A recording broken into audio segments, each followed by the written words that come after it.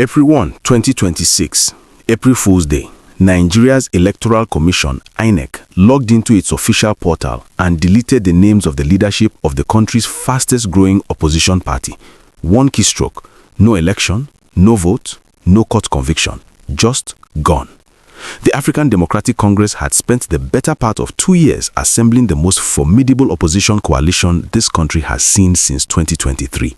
They pulled in Atiku Abubakar, Peter Obi, Rabiu Kwankwaso, Rotimi Amaechi, Nasir El-Rufai, Rauf Aregbesola, names that have between them contested for the presidency, governed states, commanded armies of voters from Kano to Anambra.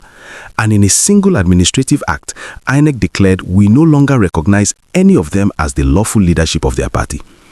Now, everyone is talking about the protest, the march on Maitama Roundabout, the old anthem being sung in defiance.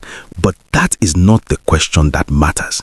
The question that matters is this: who specifically benefits from the legal ambiguity inside the Court of Appeal's March 12th ruling, and why did INEC choose the interpretation that benefits them? The answer to that question is not in the headlines, but it is in the documents. Before we go further, if you're new here, this channel exists for one reason: to give Nigerians the political analysis mainstream media is too afraid or too compromised to deliver. Hit subscribe and stay with me. This gets deeper. Let me take you back to where this actually started, because the version most people have been given is incomplete. On July 29, 2025, the ADC held its 99th National Executive Committee meeting at the Sheikh Musa Yar'Adua Center in Abuja. The sitting chairman, Rauf resigned, dissolved the old National Working Committee, and ratified a new leadership: Senator David Mark as National Chairman, Rauf Aregbesola as National Secretary. INEC was notified, INEC attended the meeting, and on September 9, 2025, INEC officially uploaded and recognized the Mark-led leadership on its portal. That is the documented record. At that moment, there was no dispute on INEC's platform, no competing claim, no ambiguity. INEC had looked at what happened on July 29 and said, this is legitimate. Then comes Nafiu Bala Gombe, the former deputy national chairman. Despite having submitted a resignation letter dated May 17, 2025, a letter transmitted to INEC and acknowledged by August 12, he approached the Federal High Court on September 2nd, claiming he was the rightful chairman. 4 months after his own resignation, he filed suit. The ADC challenged the Federal High Court's jurisdiction at the Court of Appeal, and on March 12, 2026, the Court of Appeal dismissed the ADC's appeal and issued a preservation order, status quo ante bellum, maintained the state of affairs that existed before the dispute. Now, that phrase, status quo ante bellum, is Latin, and like many legal phrases, it is precise in theory and ambiguous in practice, because the court did not define a date. It did not say go back to this specific moment. It left a gap, and what fell into that gap was a decision that removed a recognized INEC-verified leadership and handed operational paralysis to the ADC exactly 16 months before the 2027 general election. The surface story being pushed is INEC follows the court order, but here is what changes the frame entirely. INEC's own affidavit, released by the ADC, contains clauses that, according to the party, confirm that the leadership transition had already been completed and formally recognized, and that such internal party matters fall outside the scope of judicial interference. If that reading is accurate, and I want you to hold that document because we will come back to what it proves, then INEC did not simply follow a court. It selectively chose which part of which ruling to act on and which to set aside. That is a very different thing. This is not the first time this has happened in Nigeria. In 2013, when the APC was being formed through a merger of opposition parties, a PDP-controlled INEC under Atahiru Jega faced accusations of deliberately slowing down the registration process. The tactic of using regulatory and judicial mechanics to weaken an emerging opposition coalition is not new in this country. What is new is the scale of what is being targeted and the precision of the timing. Now, let us get into the layer that the news coverage has almost entirely missed. The Electoral Act gives INEC a supervisory role over political parties, not a managerial role, not an administrative role. David Mark said it plainly at the press conference. INEC's function is supervisory. Legal practitioners are split on whether the commission even had the authority to derecognize the Mark leadership based on a preservation order that did not specifically name INEC as a party bound to act. The status quo ante bellum order told the parties to the suit to maintain existing positions. It did not instruct INEC to act. The commission made a voluntary choice, and that voluntary choice produced the single most damaging outcome to the ADC. Think about who benefits from a leaderless, legally paralyzed opposition going into 2027. The ADC under David Mark's NWC had become the second largest party in the National Assembly.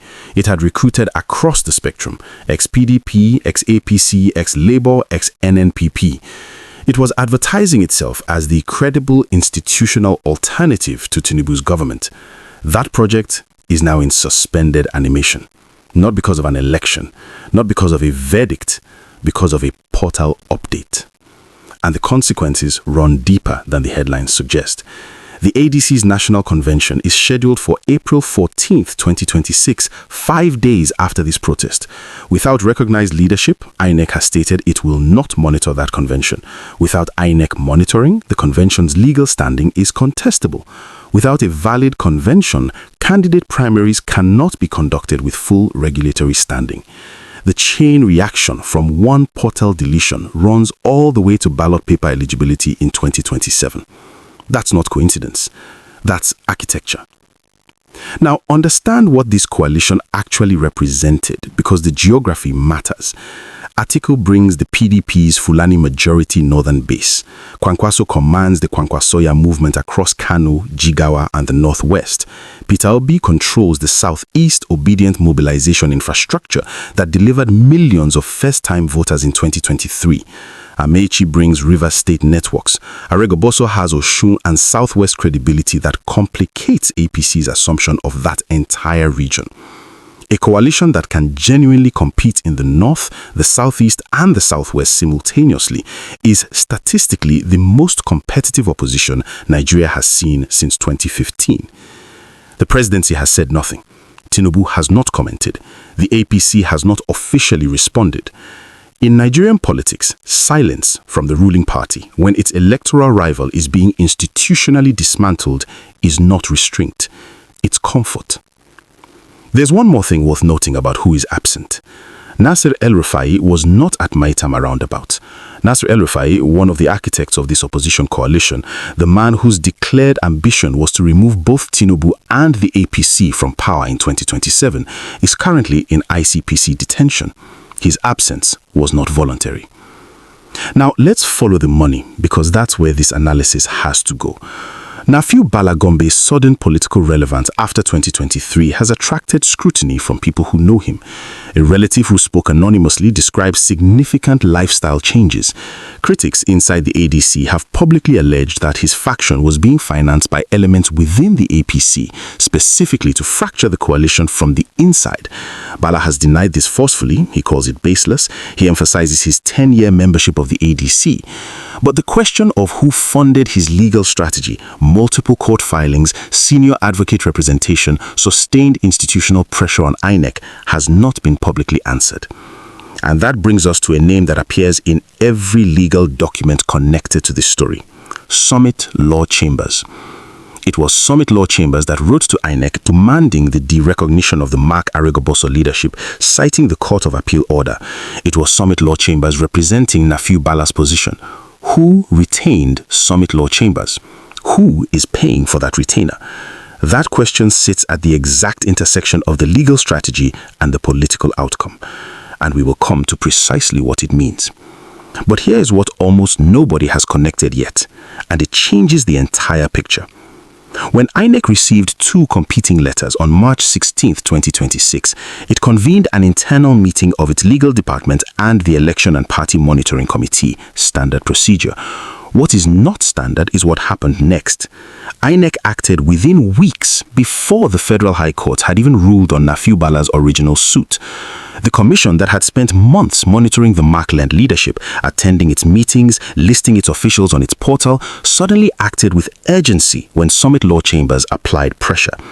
The timing, April 1st, 2026, exactly 16 months before the electoral window opens, deserves far more scrutiny than it has received.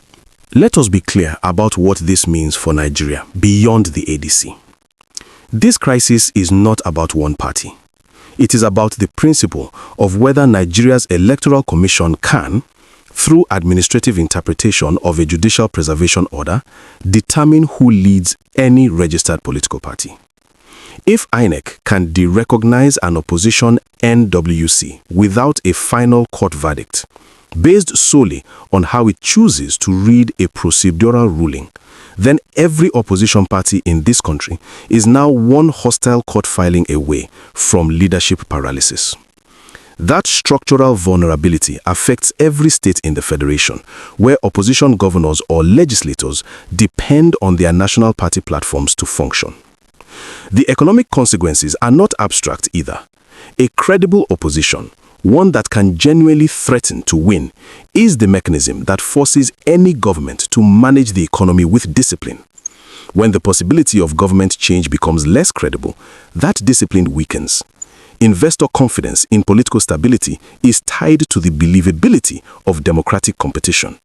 A one-party environment, or even the perception of a country moving towards that configuration, is a risk signal for sovereign rating agencies and foreign direct investment decisions. This connects directly to how much Nigeria pays to borrow on international markets. And when the ballot loses credibility as a mechanism for change, that vacuum does not stay empty. Nigeria does not need this lesson taught again.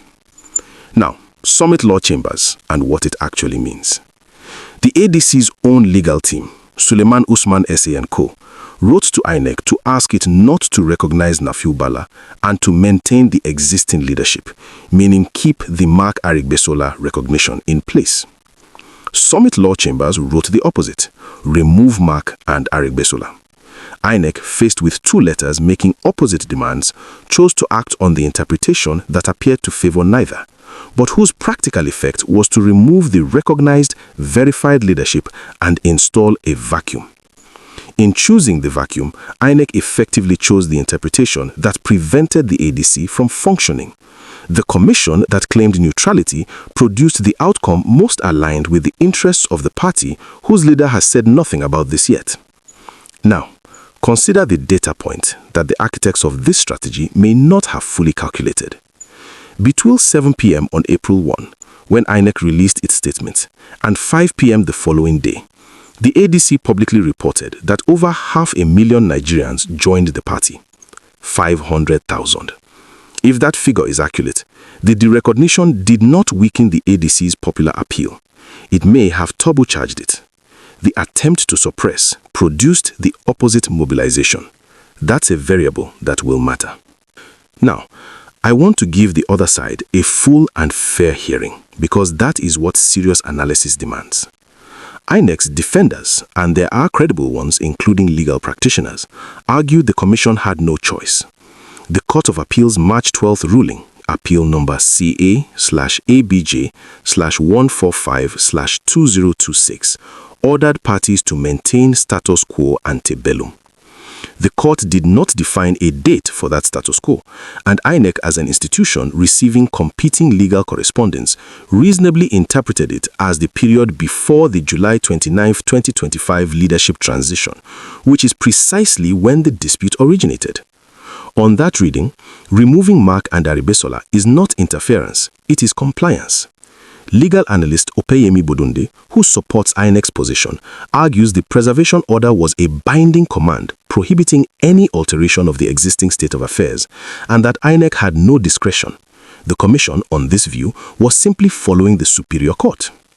That's the strongest version of the argument. Now, here's why it doesn't hold. INEC's own affidavit, its own documented record, shows it attended the July 29th NEC meeting, received the outcome, verified the process, and uploaded the Mark leadership to its official portal by September 9th, 2025. INEC was not a neutral bystander before Nafiu Bala's court filing. It had already taken a position in writing on its own portal by recognizing that leadership. When it reversed that recognition based on a preservation order instructing parties to maintain the status quo, it did the opposite of what its own prior recognition defined the status quo to be. The ADC's youth wing captured this contradiction precisely. There was no dispute, no objection, no ambiguity. So what changed? The answer to that question is not legal, it is political. And here's the misconception I want to correct, because many people watching this will assume this whole story is really just David Mark protecting his chairmanship. It's not. The ADC's April 14th convention, which the party has vowed to hold regardless of INEC's position, is the real battleground. If that convention proceeds without INEC monitoring, and if the court subsequently validates it, Nigeria will have established a precedent that political parties can conduct legitimate constitutional processes outside INEC's supervisory reach. That precedent cuts both ways. It could protect opposition parties from regulatory interference. It could also, in a different political climate, be used by a ruling party to do the same thing. The implications of April 14th extend far beyond this one crisis. Now, if what I just told you surprises you, drop a comment below. I want to know what you think before we get to the part that changes everything. Here's where this goes from here. First, the Federal High Court. The ADC has applied for accelerated hearing on Rabiu Kwankwaso's original suit. If granted, and if the court rules in the MAC leadership's favor, INEC will be legally compelled to restore the portal listing. And at that point, the entire April 1st deletion becomes a documented act of partisan interference, not legal compliance. That ruling, if it comes, will be one of the most consequential documents in Nigerian politics heading into 2027. Second, April 14th, the ADC has made clear it is proceeding with its national convention regardless. The question is not whether it happens, it is whether INEC sends monitors. If they don't, the party will make the absence of monitoring part of its campaign narrative for every state election, every gubernatorial primary, every senatorial race between now and February 2027. Every single contest becomes a referendum on electoral legitimacy. Third, watch the PDP. That party is fractured and diminished, but its governors still command institutional resources. If the ADC convention succeeds and produces a functional new NWC with visible legal credibility, expect quiet approaches from PDP governors looking for an exit before their platform becomes entirely irrelevant to the 2027 calculation. There are 4 signals worth watching closely in the weeks ahead. Watch whether the National Assembly summons INEC for constitutional oversight. That would signal that the legislature is no longer comfortable with the optics. Watch whether the United States or the European Union issues any formal statement about the derecognition. Both have invested diplomatically in Nigeria's electoral process, and their silence has its own meaning. Watch whether any APC governor or official breaks ranks to publicly criticize INEC's interpretation. That kind of internal dissent would confirm that even within the ruling party, there's discomfort with how far this has gone. And above all, watch the Federal High Court. The timeline on Rabiu Kwankwaso's case is now the single most consequential legal clock in Nigerian politics. Now, the question this video opened with: who specifically benefits from the legal ambiguity inside the March 12th ruling, and why did INEC choose the interpretation that benefits them? Here's what the full analysis built to. The Court of Appeal's order was ambiguous on timing. INEC had 2 legally defensible interpretations available to it. The first, restore the pre-Mark situation, treating the status quo ante bellum as the state of the party before the July 29th transition. The second, maintain the Mark leadership as the last uncontested, INEC-verified, portal-confirmed state of the party before any litigation began. INEC chose the first. And that choice cannot be explained by the law alone, because both interpretations had legal arguments behind them. Both had counsel advocating for them. The only thing that was not equal was whose pressure INEC responded to. The letters from Summit Law Chambers produced action within weeks. The letters from the ADC's own counsel produced inaction. That asymmetry inside an institution that publicly claims complete neutrality is the story. If opposition parties can be paralyzed by administrative interpretation of procedural court orders, parties will stop building genuine grassroots infrastructure and instead compete for the favor of the regulatory institution. Institutional capture becomes the ultimate political prize. And Nigeria's multi-party democracy does not collapse loudly. It hollows out quietly from inside the portals, the affidavits, the letters exchanged between law chambers and electoral bodies, one keystroke at a time. The ADC is holding its national convention on April 14th. INEC has said it will not monitor it. The courts have not ruled. If you were a member of that party, what would you do? And what does your answer say about the health of Nigerian democracy right now? Leave that in the comments. If this analysis gave you clarity, share it with one person who needs to understand what's really happening in Nigeria. Like, subscribe, and I'll see you in the next one.